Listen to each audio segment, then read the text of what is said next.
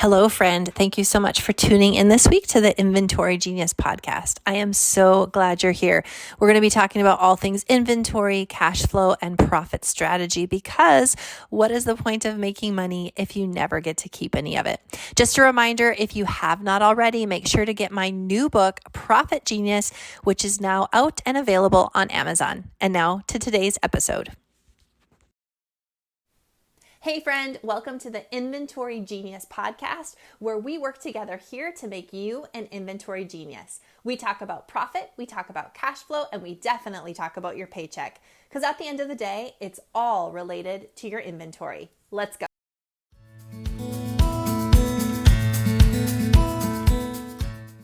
Well, hello, everyone. Welcome to the Inventory Genius podcast. I'm your host, Ciara, and today I'm going to chat with Michele. She has a phenomenal program that I wanted to bring to light and just make everyone aware of. Of course, it's numbers focused, which we're always talking about creating more profit and keeping more cash around here. So I'm really excited. Michele, thanks for joining me. Thank you so much for having me. I'm glad to be here and to talk all things numbers. Yes. Okay. So tell us why you care about numbers. What's your background? A lot of people want to talk about all the fun, exciting things, but you're focused on numbers, as am I. What made you crazy enough to care about doing this for your life's work? Yeah, well, it's funny. As a little girl, I wanted to be a teacher and I loved math. And I just thought that that was probably what I would do. And then honestly, my mother became a teacher and I realized they didn't make any money.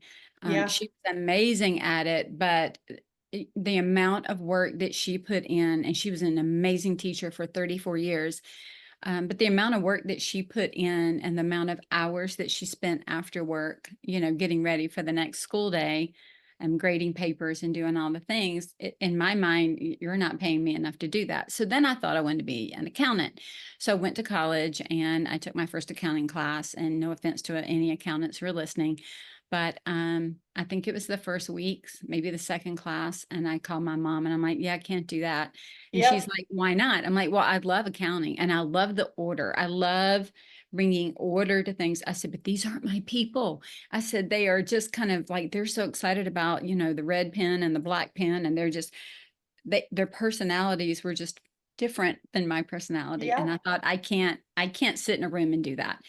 So I ended up switching and doing management information systems, which was like a merge of computer science and business.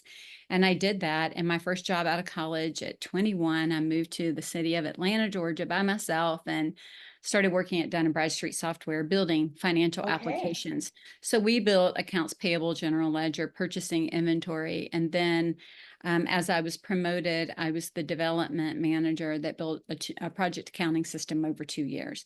And so I pretty much took that ability. I was a business analyst for the first few years, but I took all of my understanding and learning in the financials and then moved it into technology and built Okay. software. So I built software for 10 years and then I came home to raise my children.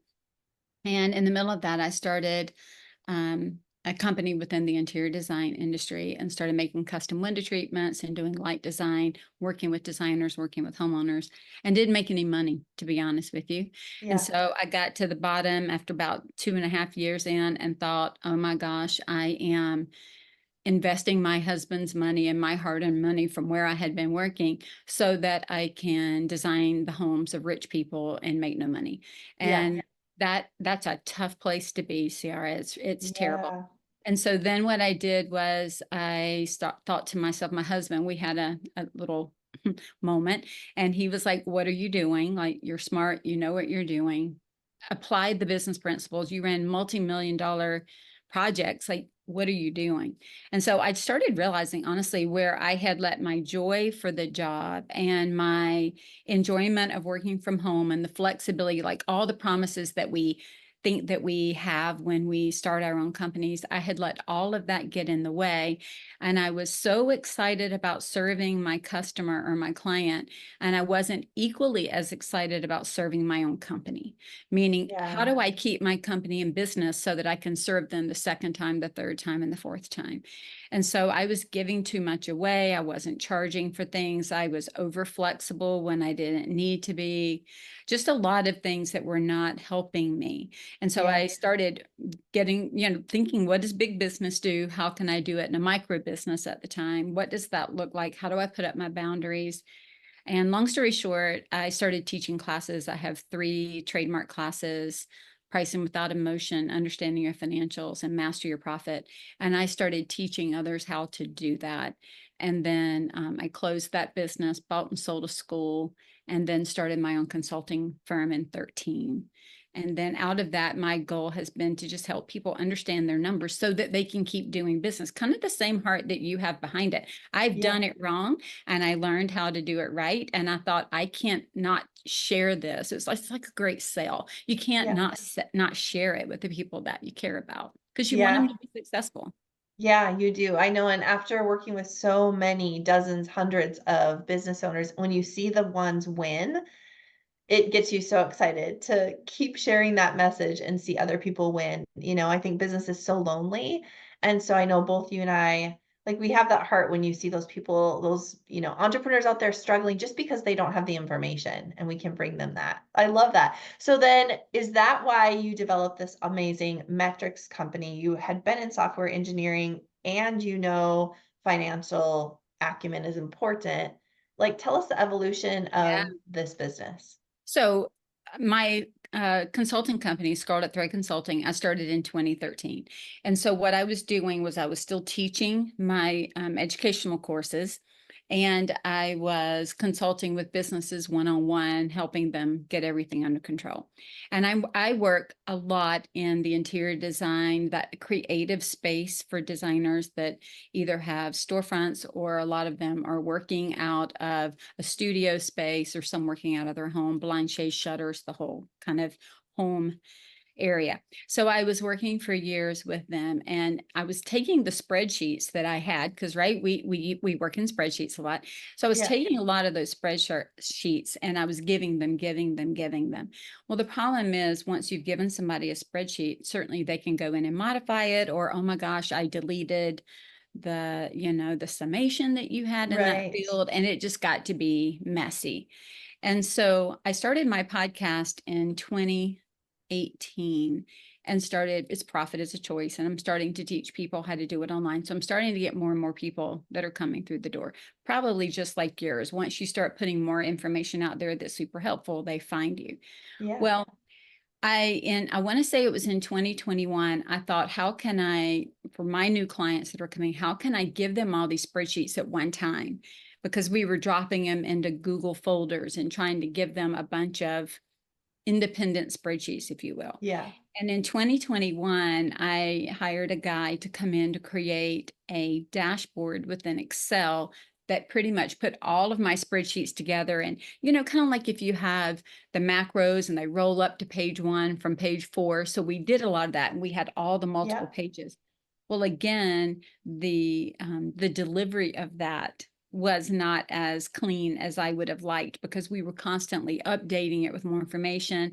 Now we got to make sure, do you have the right version? We are working in version, Oh, yeah. and we've locked the cells, but you can't get it just was but this is not a lie. We delivered the first dashboard in March, and by April I said we need to have a software, Yeah. because 1 month was enough for me to know what was coming from having done that in the past, to know this wasn't sustainable. Yeah. It was going to take all my time just to manage an Excel spreadsheet, which was Yeah. ridiculous. Yeah. And so thankfully, my husband stayed in software development, even though I had stepped out 20 something years ago. He was still in it, and he had some buddies, and then they were like, yeah, we'll come code it for you. And I was like, let's do this. So the Yeah. initial thought was I was going to build it just for my clients. And software is expensive, and I'm Yeah. So I've self-funded. heard. It's very expensive, and I'm self-funded. So once I built it, I had other people coming and saying, hey, we want to use that software. And Yep. so that's how we built MEtrique Solutions. And it's a software platform that is meant to sit alongside of your accounting software. So it's not a Okay. replacement for QuickBooks or Sage or Xero or any of those systems. It's not a replacement for your point of sale. It is meant to take that information and to kind of coalesce it, to pull it together, to aggregate it, and to show you where you are. So we have a dashboard that shows you in a moment's glance. Like, we have all types of charts. I also, because I work in the interiors, everybody cares about what they see. And people that are not, I'm going to say, as savvy with the numbers, seeing that black and white flat lay of a P&L or a balance sheet, they look at it, they'll check off. You've probably seen this. They check off that they looked at it, but they Yeah. don't know what they're looking at. They don't know how to analyze it. They don't know what to do with the data.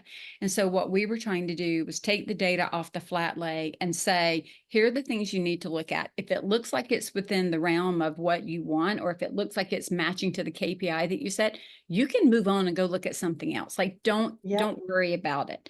So kind of like when you get in your car and you look at that dashboard, if it's not telling me that the oil is, too low, I'm not going to get out and go check the oil. I just don't Right. do it when I Yeah. get in the car. And so it's the same kind of thing. So then they can spend their time where they need to. So Yeah. that's how it came about. And then it has absolutely grown from there.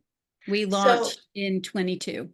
in 22. Okay. So they connect it to their accounting software, their point of sale software. It pulls information and gives them a glance or a look at the health of their business. Correct. So in that dashboard, we also narrow some things down. We have what we call an anchor point P&L, which are the top 5, your revenue, your cost of goods, your gross profit, your expenses, and your net profit. And you can set KPIs for those.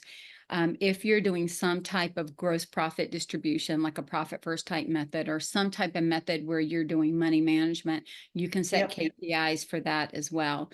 We Okay. also have aggressive budgets and conservative budgets. So if you're trying to say, this is what we have to hit conservatively, but aggressively, we're going to make some changes, we do that.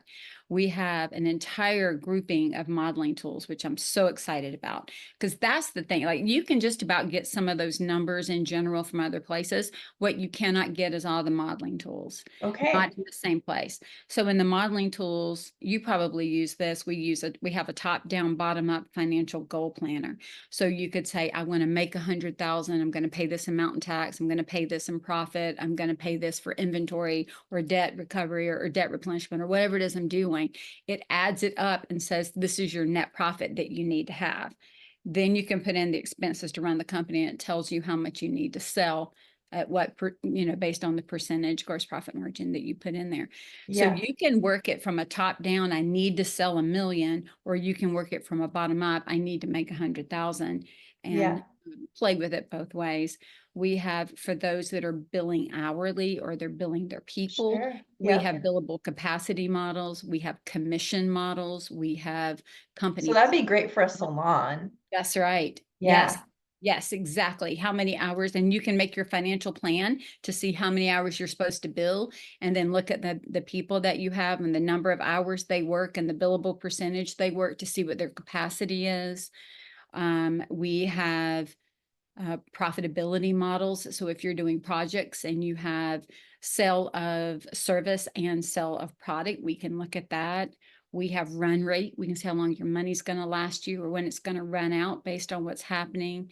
And then we have even more advanced, which are in our enterprise, where we're looking at things like what is the cost to have an employee? What is the employee burden rate? What's the overhead rate? How many hours does an employee have to work for us to just break even on their salary? So we have a lot of those tools that allow you to think about the business very strategically, things that we all need to do, but maybe we don't know how to build those calculators. We don't know where to find them. And our goal is to have like one little financial hub where you can go in and kind of model out, here's what we want to do, and then go off and just monitor to it. Yeah, that's so good. So, can you share a success story with us of a client that started using this and how that positively impacted their business? Sure. So I've got multiples because, of course, we put all of our clients on it. They get it automatically. But we have plenty who have bought it on their own. And the comments that they get is, I now understand the power of the numbers. Before, the numbers very much felt weighty, especially Yeah. if they weren't as numbers focused as maybe you are or I am. And so the numbers kind of felt like they didn't know what they were talking about. They didn't know Yeah. where to look. And so what would happen is they would say, I know I need to look. I'm told I need to know my numbers. I don't even know what that means. I don't even know what Yeah. numbers I'm supposed to know, but I know I'm told I'm supposed to know them. And this, they can come back and they're telling me, I know how to find my numbers. I know now how close I am to the goal that I set. I know now how to tweak it. I can see where the money is coming in. I can see where it's going out. They're finally, for the first time, starting to understand how money is flowing through the company and how their choices are leading them towards profitability or away from it. So I think that has been the biggest. They can look at it and go, we're making it, we're not making it. And they know early, so they can pivot. They can stop Yeah. and add a new product, add a new service, take one away. They can, hire, they can fire, because they're starting to see the impact in a way that resonates with them versus that flat lay of black and white numbers. Yeah, I like that strategic thinking. And you mentioned they can see what their decisions or choices, like the ramifications of that. I was just thinking when I mentioned salon, I had a client, she graduated about a year ago now. I loved working with her. She had a salon and several boutiques. And in her salon, she was always wondering, she did the commission model and she also did the pay model. How much should you have of which? What makes the most economic sense? What's going to bring me the most profitability? Something like this would be such a great tool for her. So she can see, hey, 30% of our stylists should be on commission and 70% or whatever the That's numbers right. would tell her, so that she's not playing blind, and That's just right. And you guessing. can, and because it's a modeling tool, you can save multiple models with different assumptions and then go in and check them out. I love And that. we have a lot of companies that are wanting to, for example, give bonuses to their team members at the end of the year based on overall company profitability. And we have a model in there that allows you to determine that. But as I do, that net profit does a lot of heavy lifting in a business. Yeah. And what I've seen over my years of working in financials with companies is people don't understand the heavy lifting that net profit does. They look at net profit, they think they should have that money in the bank for some reason, and then they always get upset on, why does this say I have 200,000 and I got 10,000 in the bank? I don't Yeah. understand. And so one of the things that I always have my clients do is write a job description for net profit in the company. Oh, that's great. Isn't that interesting? And so I'll like, okay, you write a job description for what everybody else is doing, but net profit has to do a lot of things. So tell, because Yeah. what does it do? What's one of the biggest ones it does that we don't think about? Taxes. And a second one, especially if you have a storefront, is inventory replenishment, because it's not coming off the P&L the way that we see it. It's coming out of that net profit and then sitting as an asset on the balance sheet. And if they aren't aware of that and they're spending that money multiple ways because it's in the one bucket, right? Yeah. Think that way. It's also got to pay off debt. It might be doing draws and distributions. It could be Yeah. 401k. It could be company bonus. So when you start to really capital improvement, like, we got to buy all new computers next year. Well, it's got to come out of profits this year. It didn't just show up one day.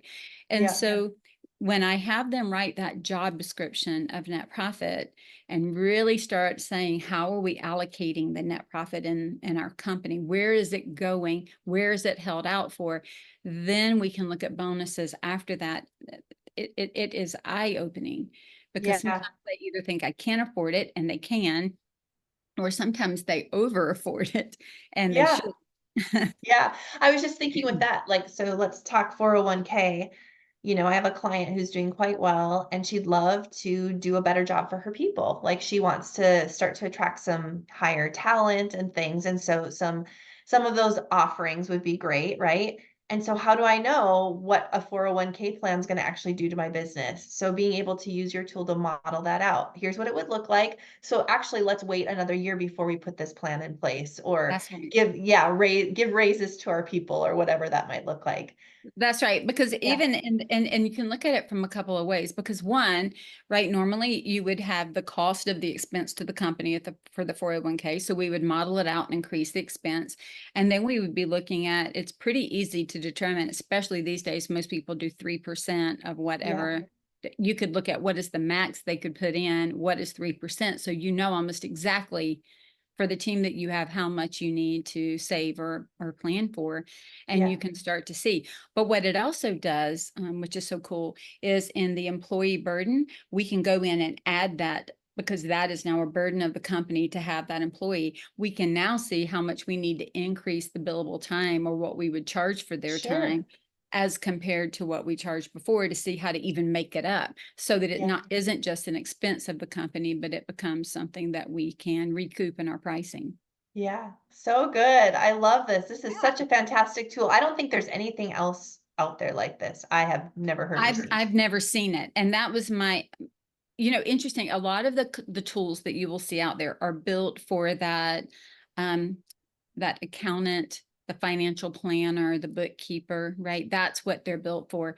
I will tell you, mine is built for the business owner. Now, I certainly have programs. We are working through a certification process for some accountants and bookkeepers within our program, because a lot of them are seeing the power in being able to help their own companies as CFO or whatever they're doing for them. But this is meant for the business owner, or for the person who is helping that business owner strategize, to actually go in and use it, not that just a tool that the bookkeepers and accountants have, that the business owner doesn't have access to. Yeah. So good. I love this. So, what's the name, website? How do people find out more information? And what would you suggest? Because I know you have a couple different offerings, or like levels, if you will. Sure. Where do you suggest people start? Yeah, that's great. So it's MEtrique Solutions. It's French from metric. And so it's MEtrique solutions.com. You can also find us on Instagram at MEtrique Solutions. And the 3 levels that we have starter, professional, and enterprise. Starter has what most companies would need to get started if they are either they don't have employees, or they're smaller based. We start opening up commissions, bonuses, and project profitability at the professional level, which is the second level. Companies that have larger teams and they really want to figure out that employee piece, or that company overhead piece, that would be the enterprise model. Okay. And how big does a company have to be, let's say, gross revenue rise, to make this something that would be beneficial for them? All right. So if they came in at the starter level, at the end of the day, I want to say it's like $1,200, $1,400 for the whole year. Okay. Okay. If you were to buy the yearly program. So I would tell you that we have companies in there in their first couple of $100,000 of revenue. Because if I could tell you for $1,200 or $1,400 that we could help you strategize at that starter level to figure out, we have startup cost planners in there. We've got the billable capacity. We've got the run rate. We have a lot in that very first starter package. There is no reason that we even have some that are looking to start their businesses that are willing to put in $1,400 into the financial understanding of their companies before they do it, to lay out the startup costs, to do their financial planning, to do everything as part of building a business. So I could say, if you have an investment of $1,400 for a startup, or even with the first 6 figures, it makes sense.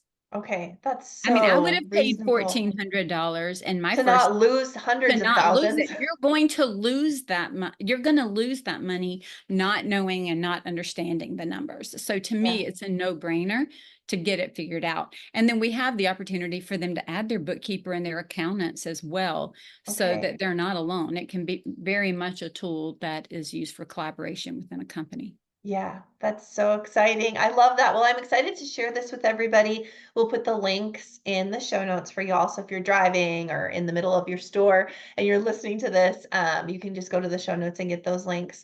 Thanks so much, Michele, for joining us today. What would you love to leave with everyone in closing, just as a word of encouragement when it comes to buckling down, looking at profit, caring about the numbers in their business? So I'm gonna share 2 things. One, profit doesn't happen by accident. I say that on my podcast all the time. It's not an accident to be profitable. We have to choose to be profitable. And the second thing is what we own, we can change.